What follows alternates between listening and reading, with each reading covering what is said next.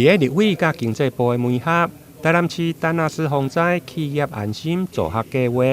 ，22号上午，包括联发科技、群联电子、甲着 AMD、超微半导体、台湾美光、甲着艾斯摩尔等科技业者的响应，伫新营市新民国小活动中心来举行观证，由着市府局局长陈升辉代表市长来受证。经济部商务处长赖建新嘛特别揽下见证这项爱心的意义。眼见的开学就到了，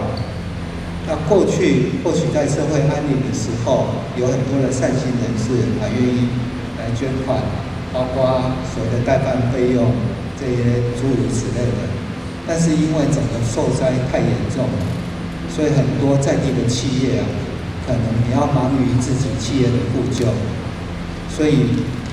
就促成今天这个专案的一个发想，而且促成今天这个专案的实现。在这个过程之中，我非常感谢我们台南市政府来协助我们进行联合。那我特别就要感谢今天所参与抛砖引玉的不管是 AMD、超微半导体、台湾美光，还有艾斯摩尔、台湾艾斯摩尔、群联半导体，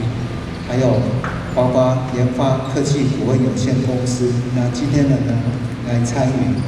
我们今天的这个捐赠的仪式。孩子呢，让他在开学不会有所谓物质上缺乏的担忧。那各位的爱心，我们一定会把它转达。我也特别拜托我们校长，当孩子拿到这些企业赞助的助学金也好，学用品也好，一定要告诉他们，甚至告诉虽然没有受灾的孩子知道，当我们有灾难的时候，我们社会处处有温暖，那给我们帮助那明天等到我们有办法的时候，也应该要回馈给需要帮助的人，这个让台湾变成一个善的循环变成一个有爱的一个国家。我想这个都是一个机会的教育，所以跟大家做这样的报告。5间的企业捐赠将提供每名受助的学生5000块的助学金以外，另外还有背包、台灯等多元的学用品。预计超过600名的学生会用的受益，让囡仔伫个灾后会用的兼顾生活甲学习的需求，充分展现企业的社会责任。台南新闻林根采访报道。